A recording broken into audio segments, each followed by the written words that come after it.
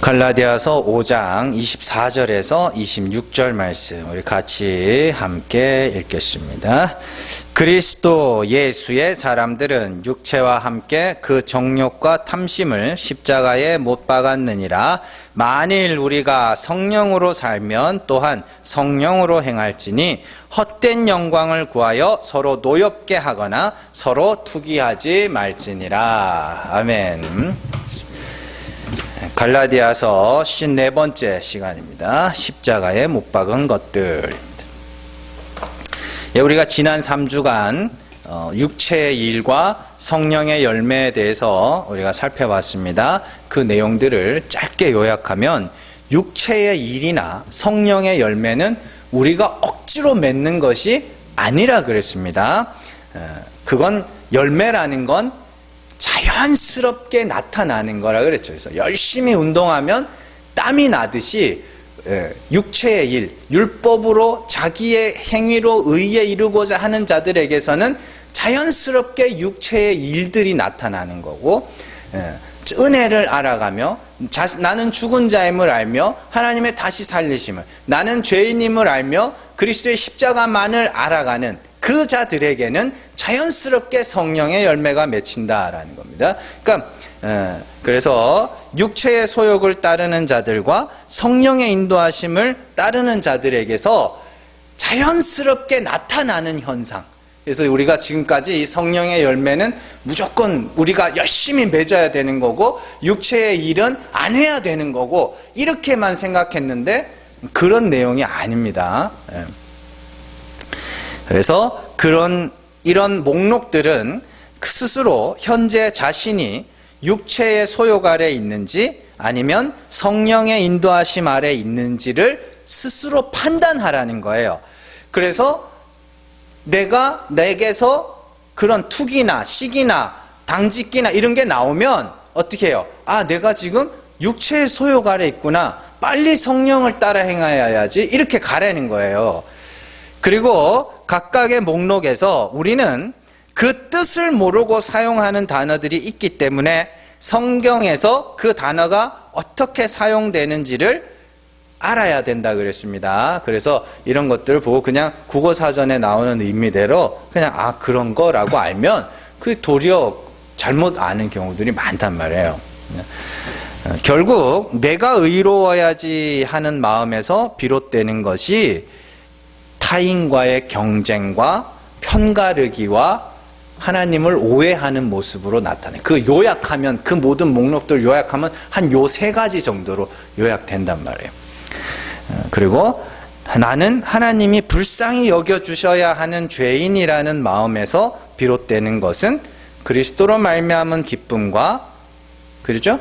그리고 그리스도가 우리의 판단, 인간의 판단 기준이 되는 거예요. 믿는 자와 믿지 않는 자. 그래서 믿는 자는 사랑하게 되고, 그죠? 나도 예수 때문에 구원받고 너도 예수 때문에 구원받는구나. 요게 그래서 차별 없이 상도들끼리는 사랑하게 되고, 또 다른 이들에게는 예수 그리스도를 믿지 않는 자들에게는 그리스도를 전하게 되는 그런 모습들로 나타난다. 이렇게 살펴봤습니다. 그래서 육체의 일과 성령의 열매에 관한 내용은 이 정도로 정리할 수 있어요. 바울은 분명히 육체의 소욕도 성령의 인도하심도 우리 안에 있다라고 했습니다. 그러면 그 나타난 것으로 지금 나의 방향을 확인하는 것이지 이건 해야 되고 이건 하지 말아야 한다는 식의 그 유아기적 결론에 이르면 안 된다 그랬어요. 유치원에서 가르치듯이 이건 좋은 거니까 뭐 해야 돼요, 뭐 이건 나쁜 거니까 안 해야 돼요, 요 이야기가 아니란 말이에요. 잘 기억을 하시고 성령을 따라 행하세요. 내가 죄인입니다 라는 걸 날마다 기억하시라고요. 그래서 나는 예수의 십자가가 꼭 필요한 자입니다. 그걸 날마다 기억하는 것이 성령의 인도하심 아래에 있는 자들이란 말입니다. 자, 한동안 그 차에 대해서 관심이 있어가지고 제가 이것저것을 둘러보던 중에 유럽의 굉장히 유명한 자동차 회사의 서비스 센터에 간 그 후기 를 보게 됐어요. 그러니까 외제차를 타는 사람이, 유럽산 외제차를 타는 사람인데 차가 이제 고장이 나가지고 서비스 센터를 갔어요. 거기 그 회사에. 그래서 이 사람이 이제 차량에 무슨 결함이 있어서 외국계 자동차 회사의 서비스 센터를 찾아갔어요. 그런데 서비스 센터 직원이 너무 친절하더래요. 너무 친절하고 너무 착하더래요. 그래서 너무 착해가지고 참 기분이 좋았대요. 그러면서 근데 이제 그날은 부품이 없어서 고치지를 못하니 다음에 오십시오 이렇게 이야기를 하더래요. 너무 친절하게. 그래서 이제 며칠 뒤에 가겠다고 예약을 하고 당일에 이제 예약한 날짜가 돼서 다시 갔어요. 그래서 그날도 똑같이 너무 친절하더래요. 너무 친절해요. 그래서 기분이 또 좋았대요. 그래서 그리고 차를 맡겼는데 이제 부품이 저번에는 부품이 없다 그러더니 이제 부품이 왔어요. 그래서 부품을 갈아 끼웠어요. 갈아 끼웠는데도 안 고쳐진 거예요. 무슨 고장인지는 몰라요. 제가 뭐 자동차 전문가는 아니니까. 그래서 안 고쳐진 거예요. 그래서 그 뒤로 2번을 더 갔대요. 그럼 총 몇 번 간 거예요?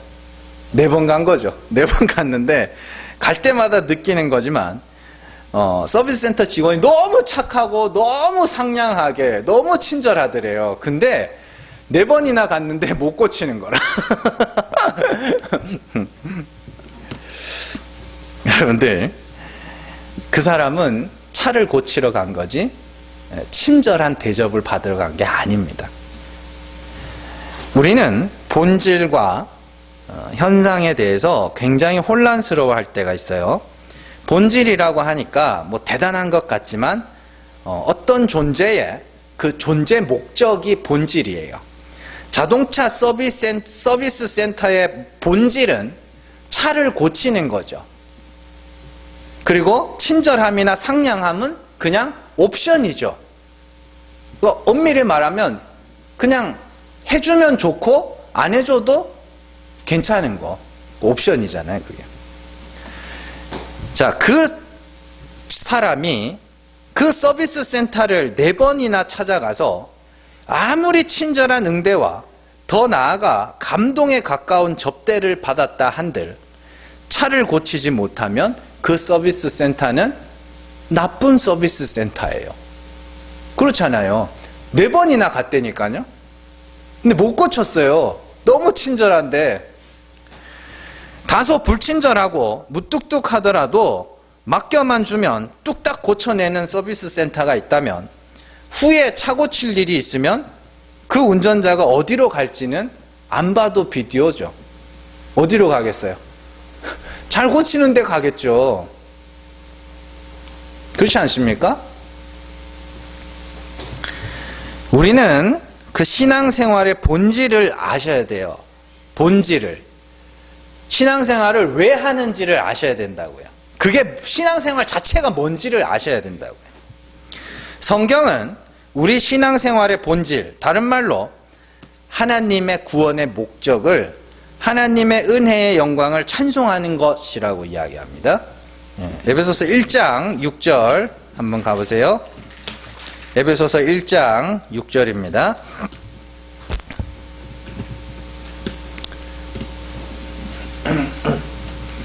에베소서 한 장 넘기면 있어요. 한 장 넘기면. 같이 읽습니다.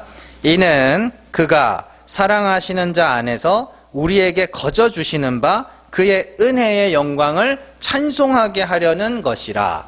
아멘. 하나님께서 예수 그리스도로 말미암아 우리의 죄를 사하시고 우리를 그리스도 안에서 구원에 이르게 하시는 이유는 그의 은혜의 영광을 찬송하게 하려 함이라. 자, 하나님의 아들이 되는 신령한 복은 예수 그리스도 안에서 거저 주어져요. 그것을 갚으라고도 하지 않고 우리에게 뭔가 대단한 자격과 요건을 갖추라고 하지도 않습니다. 거저 주신다고 그래요. 그런데 더 정확하게 말하면 반드시 거저 주어져야 돼요. 반드시. 왜냐하면 하나님의 은혜의 영광을 찬송하도록 하는 것이 하나님이 택하신 자들을 구원하시는 목적이기 때문이에요. 본질이에요, 그게. 그러니까 구원받은 자들이 어떻게 해요? 하나님이 구원하셨네요. 하나님 진짜 감사합니다. 요렇게 찬송하게 하는 거. 그냥 노래 부르는 거 아니에요. 교회 와가지고 드럼 치고 뭐 신디사이저 뭐 이렇게 키보드 쳐가면서 노래 부르는 그런 찬양이 아니에요. 그게 아니라 아이고 하나님 어떻게 나 같은 걸 이거요. 그 찬송. 그러니까 제가 성경이 다 그 이야기라니까요. 우리가 좀 이따가도 살펴보겠지만 사라가 하나님을 찬송하죠. 은혜의 영광을 찬송하죠. 어떻게 찬송했어요? 아, 하나님이 나를 웃게 하시는구나. 아무도 내가 내 아들한테 젖 먹일 거라고 아무도 생각 안 하고 나도 그렇게 생각 안 했는데 하나님이 웃게 하시는구나. 그게 은혜의 영광을 찬송하는 거라니까요. 그러니까 거저 주어져야 되는 거예요. 사라에게 뭔가 가능성이 있어도 안 되고 아브라함에게 뭔가 가능성이 있어도 안 돼요. 완전한 불가능의 자리에서 거저 주어져야 하나님이 웃게 하셨네요. 40일 동안 하나님께서 골리앗 앞에서 이스라엘 백성들을 절대로 싸우지 못하는 자, 절대로 이기지 못할 자로 40일을 그렇게 하나님이 내버려 두신 후에 이기게 하셔야 어떻게 해요? 하나님이 이기게 하셨다라고 찬송할 거 아닙니까? 그 찬송을 부르게 하려는 거래. 그게 은혜의 영광을 찬송하는 거라니까요. 그냥 막 기타 치면서 지가 좋아서 부르는 노래는 찬송도 아니에요. 그거는 그게 뭘 지가 좋아서 부르는 거지. 진짜 찬송은 아이고 어떻게 나 같은 게 이렇게 가야 되는 거예요.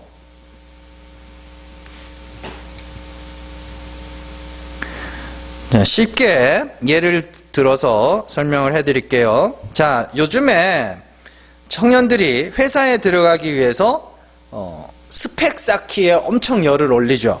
어떻게든지 이력서에 한 줄이라도 더 채우기 위해서 이것저것을 배우고 자격증을 따고 유학을 갔다 오고 또 시험을 치르면서 각자가 스펙을 채우기 위해서 열을 올리고 있어요. 그래서 스펙을 막 채워서, 그래서 요즘에는 오버 스펙이라는 말도 있어요. 한 20대 중반쯤 되면은 스펙이 뻔하잖아요. 한 요만큼 돼야 되는데 가끔씩 이만큼씩 세우는 애들이 있어요. 그러면은 깜짝 놀란대요. 아니 어떻게 이렇게 스펙을 쌓았지? 그렇게 각자가 스펙을 쌓기 위해서 열심히 노력해요. 근데 마치 신앙생활도 그런 스펙 채우기 식으로 하는 사람들이 있어요. 육체의 정욕 아래 율법과 할례로 자기 행위로 의에 이르고자 하는 자들의 신앙생활.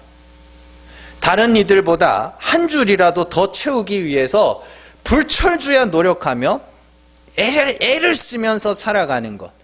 그 육체의 정욕. 다른 이들보다 내가 조금 더 해야지. 내가 조금 더 선하게 살아야지. 내가 다른 이들보다 조금 더 의롭게 살아야지. 그게 육체의 소욕을 따르는 거라니까요. 그래서 그들은 서로가 경쟁자이며 쉼없이 뭔가를 행하는 자들이에요. 그래서 계시록에서 바벨론, 짐승의 표를 받은 자, 그들에게는 밤낮 쉼을 얻지 못한다.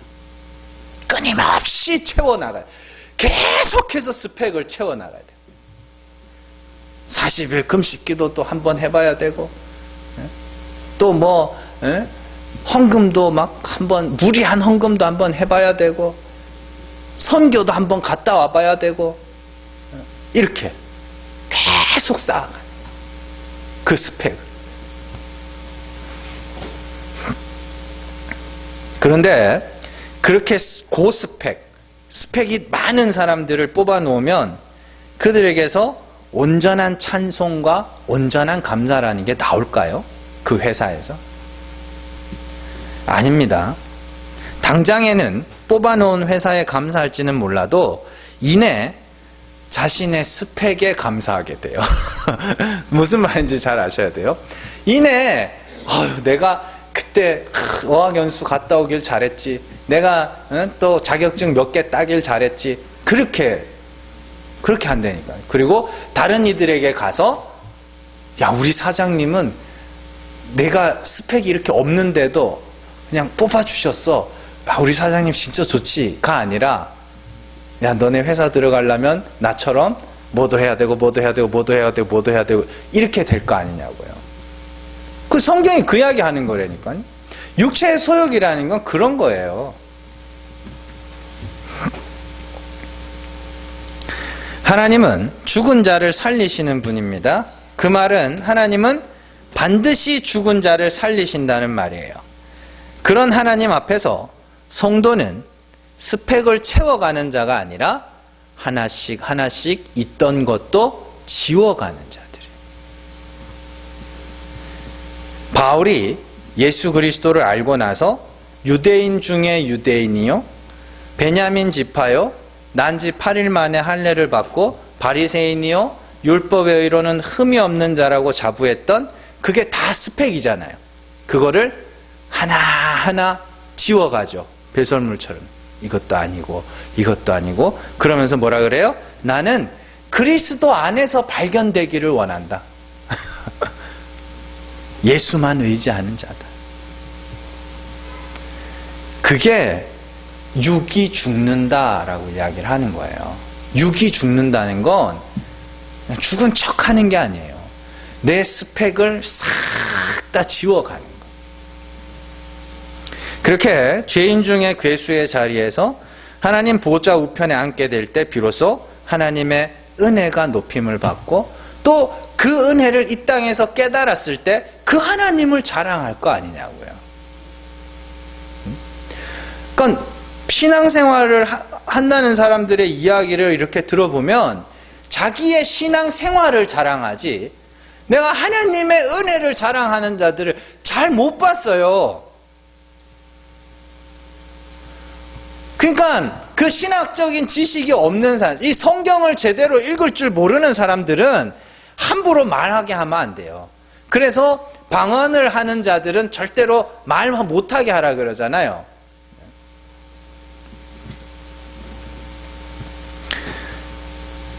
그런 거예요. 아니, 하나님을 자랑하라고, 그리스도를 자랑하려는데 자꾸 내가 어떻게 신앙생활을 했느냐를 자랑하면 어떻게 하냐고요. 완전 거꾸로 가는 거예요. 그게 육체의 소욕 아래 있는 자들이라니까요. 그러니까 하나님이 어느 정도로 인정해 줄지를 모르니까 겨우 하는 게 뭐예요? 쟤랑 나랑 비교하는 거죠. 거기서 육체의 일이 나타난다니까요. 그렇게.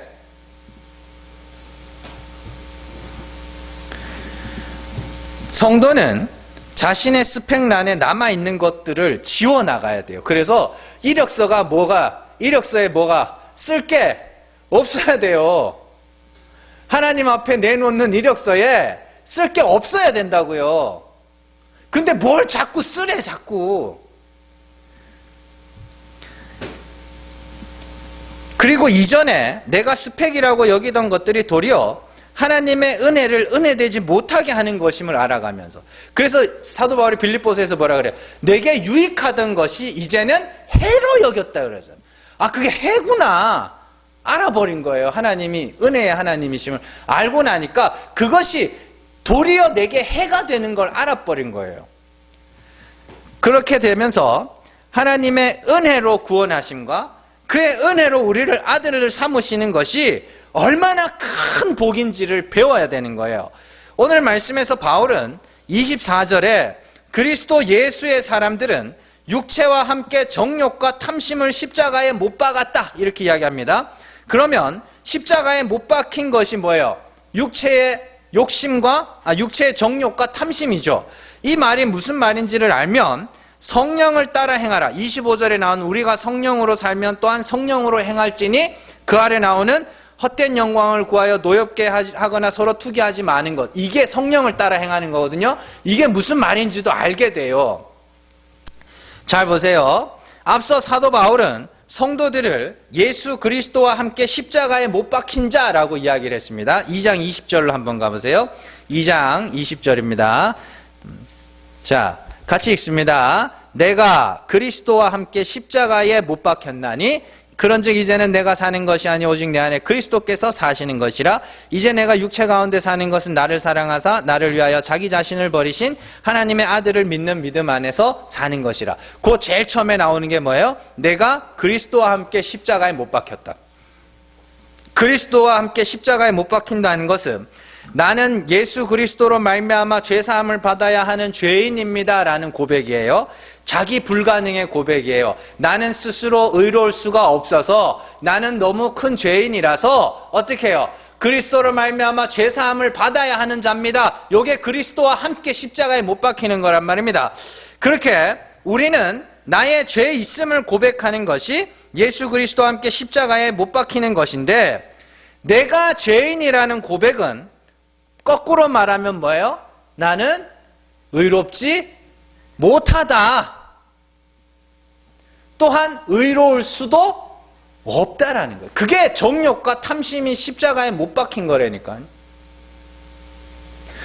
우리가 남을 의지한다는, 쉽게 말해서 우리가 남을 의지한다는 건 내가 할 수 있다 없다, 못하기 때문에 의지하는 거 아니냐고요. 그 이야기잖아요.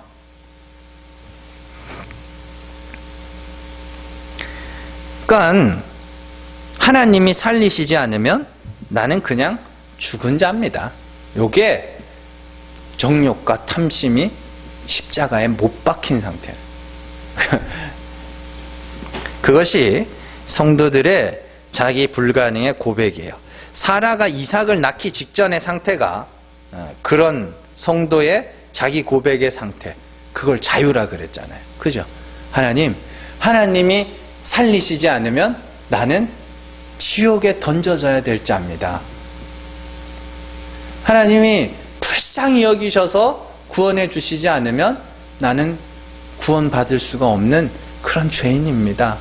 이게 정욕과 탐심이 십자가에 못 박히는 것이며, 그것이 그리스도와 함께 십자가에 못 박히는 거라니까요. 그래서 사라가 자기 스스로도 아들을 낳을 수 없으며 낳을 수 있다는 기대도 없고, 심지어는 이제 낳고자 하는 시도조차도 안 하죠. 그래서 아들을 낳는다면 100% 누가? 하나님이 주신 아들. 그래서 아브라함이 99세 때에 가서 명년 이맘때쯤에 아들 낳을 거라 그랬더니 사라가 뭐라 그러냐면 웃어요. 뭔 말도 안 되는 소리를 하냐고. 그 자유라 그래요, 그 상태를.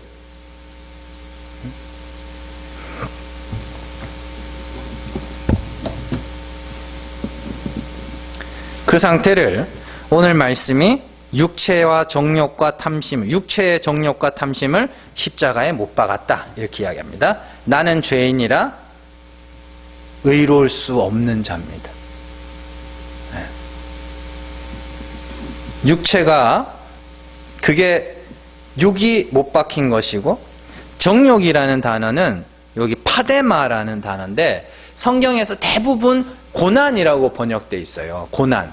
근데 요 헬라어 사전을 보면은 뭐라고 되어 있냐면 수고롭게 행하는 일, 이렇게 되어 있어요. 헬라어 사전, 원어 사전에 보면 수고롭게 행하는 일. 그러면 이게 뭐겠어요? 육체 아래 자기가 수고롭게 행하여 자기가 의롭고자 하는 그 일, 그걸 십자가에 못 박았다 그러잖아요. 포기했다는 뜻이에요. 그럼 포기했다고 막 사느냐? 아니죠. 하나님의 긍휼을 구하는 거죠. 불쌍히 여기주셔야 됩니다. 그리고 탐심은 우리가 앞서 17절에서 살펴본 육체의 소욕할 때 그 소욕이라는 단어예요. 탐심. 그러니까 이 말씀을 잘 이해하려면 그 명년 이맘때에 아들을 낳을 것이라는 그 천사의 말을 듣고 있는 사라의 모습을 상상하시면 돼요. 자신에게는 아무 가능성을 발견할 수도 없고, 이제 더 이상 내가 의롭고자 하는 기대도. 아니, 그게 사라가 의롭고자 안 해봤겠네. 아들을 낳고자 안 해봤겠어요? 다 해봤겠죠.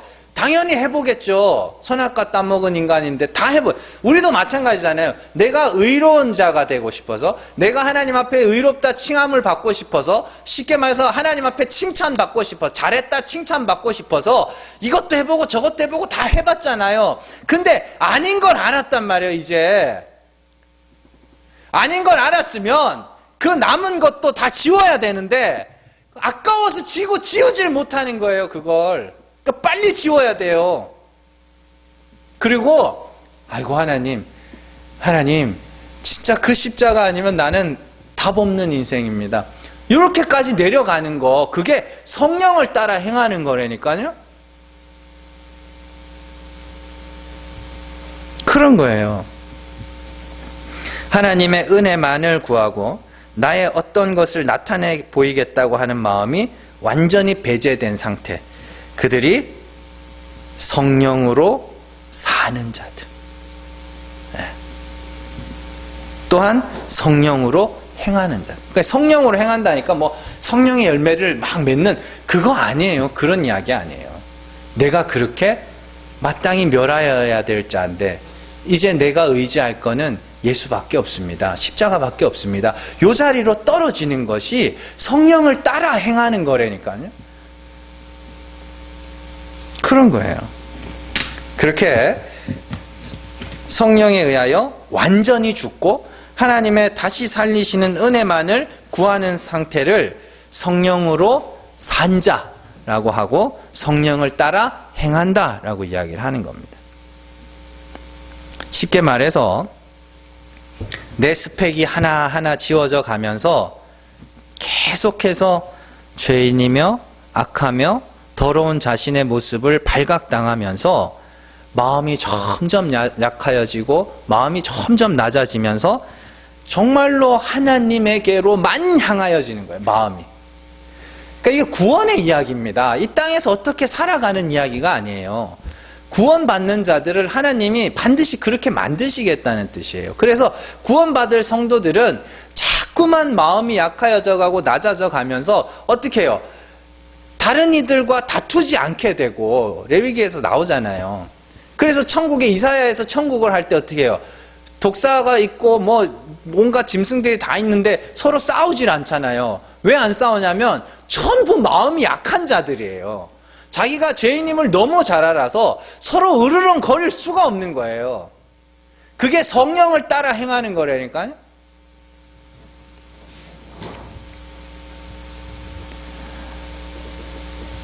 이 말을 단순히 성령의 열매를 맺는 삶 정도로 생각하면 안 돼요. 18절 한번 보세요.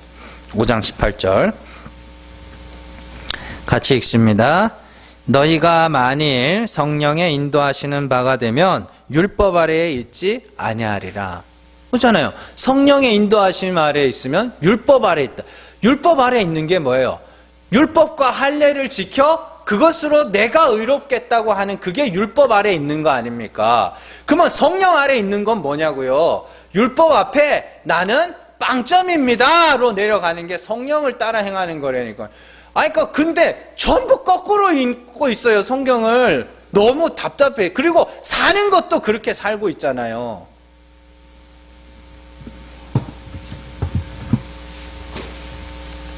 성령의 인도하시는 바가 되면 율법으로 스스로 의에 이르겠다고 하는 그 열심히 스펙 쌓는 신앙생활에서 벗어나게 된다는 뜻이에요. 그 성령의 인도하심 아래에 있는 이야기를 25절에서 성령으로 행하는 것이라고 이야기합니다. 그렇게 자신의 무력함과 불가능한 죄인됨을 알아가면서 내 스스로 의에 이르겠다고 하는 시도를 그친 자들을 이제 하나님이 살리실 거라는 거예요.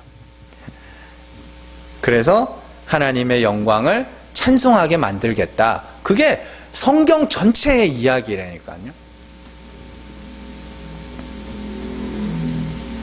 그래서 그들이 자랑할 것은 살아계셔서 그 아들을 통하여 우리를 깨끗하게 하셔서 그의 아들로 삼으시는 하나님과 그리스도께서 십자가에서 그 피를 흘려 우리를 영원히 온전하게 하신 그 십자가, 그것밖에 자랑할 게 없는 거예요. 여러분들 그 상태가 뭐예요? 성령 충만함의 상태예요. 그러니까 다들 성령 충만한 상태라 그러면 뭐 엄청 막 신령하고 뭐 이렇게 이야기하는데, 그게 아니라 예수, 하나님의 은혜, 나는 아니지. 그래서 성령 충만함의 증거가 뭐예요? 그리스도의 복음을 증거하는 것. 그걸 사도 바울은 그리스도로 자랑하는 것이라고 이야기를 하잖아요. 그러니까 엉뚱한 자랑들 하지 마시고 그거 하려니까 그걸 안 하는 거예요. 왜 그럴 것 같으세요? 여전히 육체의 소욕에서 벗어나질 못하는 거예요. 그런 겁니다. 그러니까 아까 전에도 제가 말씀드렸지만 막 스펙, 뭐죠? 스터디를 많이 해요. 청년들이 이제 직장에 취업하려는 취업 스터디라는 걸 많이 해요. 그래서 막 취업한 사람들을 찾아가가지고 어떻게 취직을 했냐고. 그러면은 뭐 자기는 뭐 면접은 어떻게 준비했고, 뭐 시험은 어떻게 준비했고, 스펙은 뭘 준비했고, 이런 거를 쭉 노하우를 알려주면 이제 취업 스터디에 있는 사람들이 그걸 막 받아 적어가지고 자기도 이제 그렇게 하려고 막 그런단 말이에요. 근데 진짜 어떤 회사가 하나 있어서 정말 아무 스펙도 없는, 심지어 막 고졸이야. 고졸인데 뽑아준 거예요. 그러면은 얘가 취업 스터디 하는 사람들한테 뭐라 그러겠어요? 야, 나는 아무것도 없었거든? 아무것도 없었는데 우리 사장님이 뽑아주셨어. 아니, 그럴 거 아니냐고요.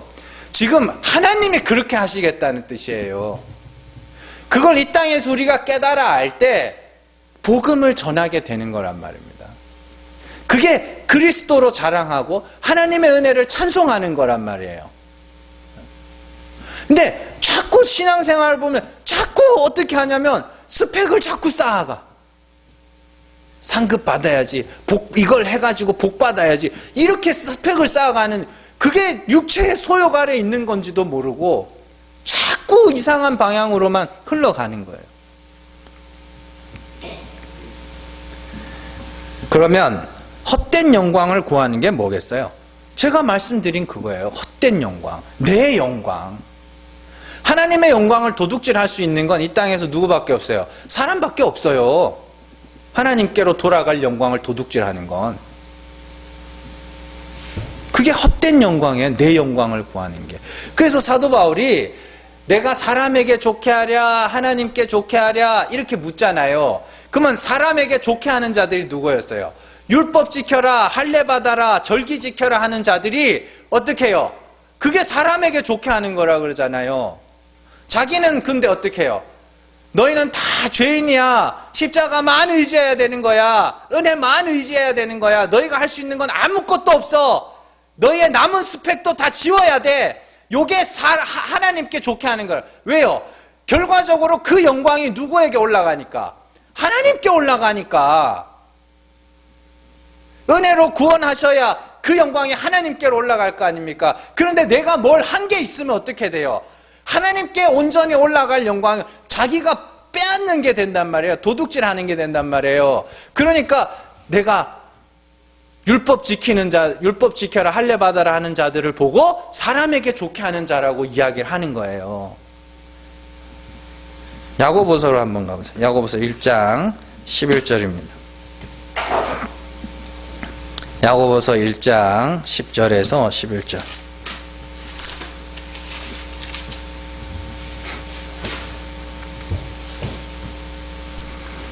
야고보서 1장 10절에서 11절 같이 읽습니다.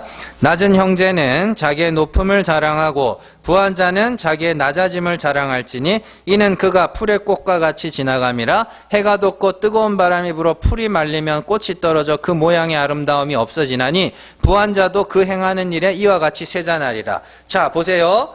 풀의 꽃, 그죠? 풀은 마르고 꽃은 떨어져서 그 모양의 아름다움, 모양이라는 게 생긴 거 아닙니다. 외모, 육체의 스펙이, 율법의 스펙이 지워지는 거예요. 그래야 부한 자가 그렇게 삐쩍 말라서 가난한 자가 돼야 그래야 구원에 이른단 말입니다. 그렇잖아. 그 이야기잖아요. 그래서 2장에 가면 뭐라 그래요? 하나님은 가난한 자들을 믿음에 부요하게 하셔서 하나님 나라를 유업으로 물려주시는 줄 너희가 알지 못하느냐? 그런데 어떻게 하여 너희는 가난한 자들을 멸시하고 부유한 자들을 귀하게 여기느냐? 돈 많은 부자 이야기 아니란 말이에요. 행위의 부자요.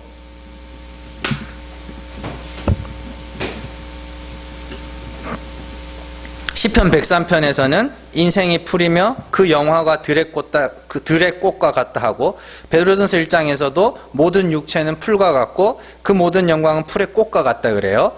헛된 영광이라는 거는 그거 이야기하는 거예요. 우리가 하늘에 올라 우리의 이름을 내고자, 우리가 하늘에 올라 우리의 이름을 내자, 이게 헛된 영광이라니까요. 우리가 열심히 율법 지켜서 우리가 구원에 이르자, 그게 헛된 영광이에요. 우리가 열심히 율법 지켜서 우리가 복받자, 우리가 상급받자, 다 헛된 영광이에요. 하나님 가만 보니까 하나님 앞에 자랑이라고 내놓을 만한 게 아무것도 없고요.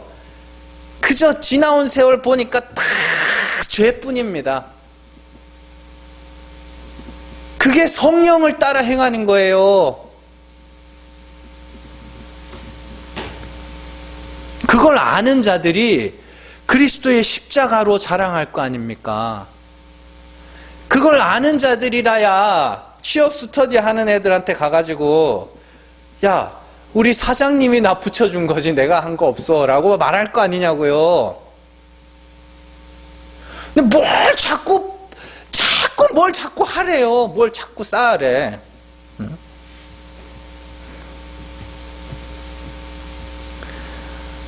그런 겁니다.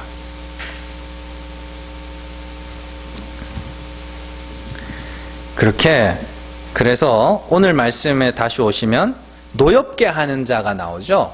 그거 보시면 한번 보세요. 참 보면은 성경이 재밌어요. 26절 보시면 헛된 영광을 구하여 서로 노엽게 하거나 투기하지 말지니, 이렇게 돼 있죠. 그 노엽게 하다라는 게 뭐예요? 막 상대방을 막 놀리는 거예요. 놀려가지고 막 멜롱멜롱 해가지고 어떻게 막 화나게 하는 그게 아니에요. 노엽게 하다라는 요 단어가 뭐냐면 도전하다, 자극하다라는 단어예요. 다른 이들을 자극하여 열심을 부리게 만드는, 도전하게 만드는 거. 그러니까 요 큰 교회 가면은 교회 안에 실제 하는 사람들 있죠. 그 사람들을 목사님들이 이렇게 소개합니다. 사실 웬만한 사람들은 다 알아요, 누군지. 그잖아요. 제가 우리 교회 안에 있는 어떤 성도분의 이야기를 들려드리겠습니다 이러면서 그분은 뭐 이런 분인데 뭐 이렇게 해가지고 이렇게 됐습니다, 이렇게 소개를 한다니까요. 큰 교회 가면 그거 뭐 하는 거예요? 그건 목사들이 대놓고 성도들에게 도전한다라고 그래요. 여러분들에게 도전합니다 이러면서. 하지 말래잖아요. 아니, 하지 말래잖아요. 성도들의 마음을 자극하여 나도 저렇게 돼야지라는 그 도전을 하지 말래잖아요. 근데 그걸 한다니까요. 공공연하게 그게 잘하는 건 줄 알고, 또 거기에 자극을 받아서 또 도전을 받아서 열심히 노를 바라여 하는 거예요. 그걸 하지 말래니까. 하나님이 각자에게 필요한 대로 은사를 주셔요. 그러면 그에 맞게 하면 되는 건데 자꾸만 어떤 이들을 따라가게 만든다니까요. 교회가, 목사가 하지 말라는데 그걸 하고 있어요. 그러곤 잘한대, 그거를. 그런 설교를 잘하는 설교래요. 아니라니까요, 여러분들.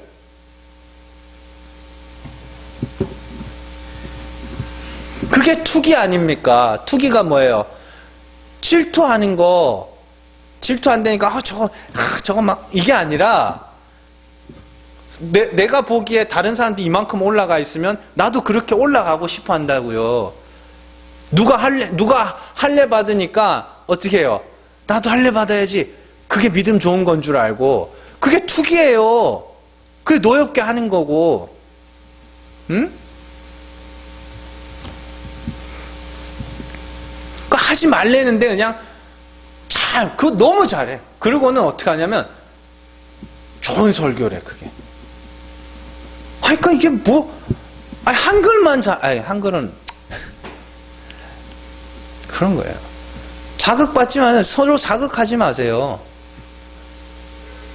왜 그렇게 되면 그냥 하나님께 잘하는 것 같은데 그게 아니라니까요. 하나님이 우리에게 원하는 건 여러분들의 그 스펙을 지워가면서 하나님, 나는 이건 하나님이 불쌍히 여겨주시지 않으면 이건 답이 절대 구원 못 받을 자라는 사실을 그걸 배워가고 알아가고 깨달아가는 과정 중에 성령이 여러분들 안에 은사로 임하여 하나님이 마음을 주신단 말이에요. 그러면은 복음도 전하고 성도들을 섬기기도 하는 거지. 우리 교회에 어떤 성도가 있는데 집안이 찌들어지게 가난했는데 너무 괴로워가지고 하나님 앞에 기도를 하면서 어떻게 하랬더니 하나님이 교회 청소를 하라 그래서 열심히 교회 청소했더니 하나님이 탁 축복을 주셔가지고 집안이 일어났다고. 그러니까 여러분들도 그렇게 해야 된다고. 뭐 하는 거냐고요, 그게. 아니, 난 너무 웃긴 거예요, 그런 게. 하지 말래는데. 자극해서, 성도들을 자극해서 서로 도전하게 하지 말래는데, 그걸 하고 있으니, 참, 답답한 노릇이죠. 하나님은요, 바울에게 육체의 가시를 주셨다 그럽니다. 사람들은 사도 바울의 육체의 가시가 병이라고 생각하지만 병이 있다고 사탄의 사자라고 보지는 않잖아요. 그런데 참 육체의 가시가 어떤 종류인가가 중요한 게 아니라 하나님이 그 육체의 가시를 왜 주셨는가가 중요한 거예요. 고린도후서로 한번 가보세요. 고린도후서 12장 7절. 고린도후서 12장 7절입니다.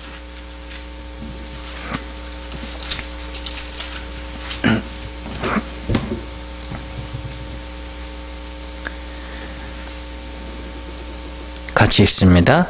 여러 계시를 받은 것이 지극히 크므로 너무 자만하지 않게 하시려고 내 육체의 가시 곧 사탄의 사자를 주셨으니 이는 나를 쳐서 너무 자만하지 않게 하려 하십니다.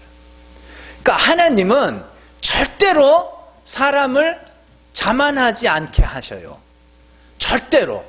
육체의 가시를 주셔서라도. 네. 사탄의 사자를 줬대요. 이걸 많은 사람들이 질병이라 하는데 저는 절대 그렇게 보지 않습니다. 저뿐만이 아니라 그렇게 주장하는 사람들이 몇 더 있어요. 이거를 아마 사도 바울의 어떤 굉장히 인격적 결함으로 보는 사람들도 있고 그래요. 하여튼. 근데 어쨌든 그게 중요한 게 아니에요. 그게 중요한 게 아니라 하나님이 그 가시를 주신 이유가 뭐라고요? 네가 받은 계시가 너무 크기 때문에 그 계시 갖고 네가 잘난 척하지 못하도록 하려고 자만하지 않도록 하려고. 하나님은 그렇게 낮추시는 분이라니까요. 그 어떤 것도 자랑하지 못하도록 하려고. 그래서 구원 얻은 자들이 하나님이 구원하셨습니다. 하나님이 구원하셨습니다. 이걸 이 땅에서 깨달아. 어떻게 해요? 나는 아무것도 아니고 그냥 죄인일 뿐인데 하나님이 구원하셨어. 하나님이 나를 거룩하게 하셨대. 이걸 말하게 하는 게 하나님의 은혜의 영광을 찬송하는 거고, 그 은혜를 찬송하는 게 우리의 예배란 말이에요. 그런 겁니다. 여러분들 은혜를 깨달으시려면 뭘 배워야 되냐면 여러분들이 어떤 자들인가를 배우셔야 돼요. 여러분들이 얼마나 죄인인가를 보셔야 된다고요. 그게 은혜를 배우는 거예요. 성령을 따라 행하는 거라고요. 그래서 마음이 심히 약하고 심히 낮아져야 돼요. 그래야 구원의 하나님을 찬송할 거란 말입니다. 시편 69편으로 한번 가보세요. 시편 69편 29절에서 31절 말씀. 시편 69편 29절에서 31절 말씀.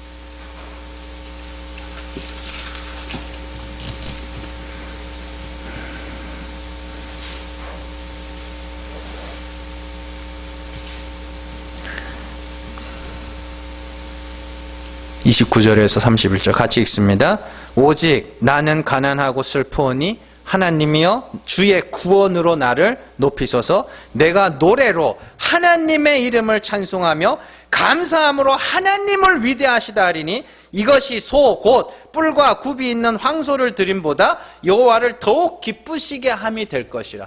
나는 어떻다 그래요? 가난하다 그래요. 가난하고 그것 때문에 슬프다 그래요. 여기서 가난한 게 돈이 없는 게 아니란 말입니다. 이 시가 누구의 시예요? 다윗의 시란 말이에요. 다윗이 돈이 없어요? 아니잖아요. 자기가 죄인임을 계속 보는 거예요. 자기 죄를 계속 들여다보는 거예요. 그래서 슬픈 거라. 그러면서 뭐라 그래요? 하나님, 나 좀 구원해 주세요. 그럼 어떻게 하겠다 그래요? 하나님 나를 높이소서. 내가 노래로 하나님의 이름을 찬송하며 감사함으로 하나님을 위대하시다. 그 찬송이 인간이 드리는 그 어떤 제물보다 하나님을 기쁘시게 하는 거라. 여러분들, 하나님의 구원의 은총을 노래하면서 정말로 마땅히 멸하여야 될 나를 보면서 슬퍼하고 애통해하지만 이 마땅히 죽어야 할 죄인을 그리스도로 말미암아 거룩하게 하신 그 하나님의 은혜의 영광을 찬송하는 것, 그게 하나님을 기쁘시게 하는 거예요. 여러분들이 내놓는 그 어떤 것보다 하나님을 기쁘시게 하는 게 그거란 말이에요. 그래, 이제야 알았구나. 이제야 네가 내 은혜를 알았구나. 우리는 이 땅에서 그거를 수시로 경험하면서 요 상태, 그 은혜의 영광을 찬송하는 요 상태를 유지해 나가는 게 성령을 따라 행하는 거예요. 내가 하나님 앞에 또 사람 앞에 내가 행한 것들, 내 종교 행위를 자랑하겠다는 그런 어리석은 헛된 영광을 구하지 말고, 여러분들 하나님의 영광을 찬송하는, 정말 그래서 인간이 내놓는 그 어떤 것보다 하나님을 기쁘시게 할 수 있는 그런 성령 충만한 성도들 되시기를 주님의 이름으로 축원합니다. 기도하겠습니다.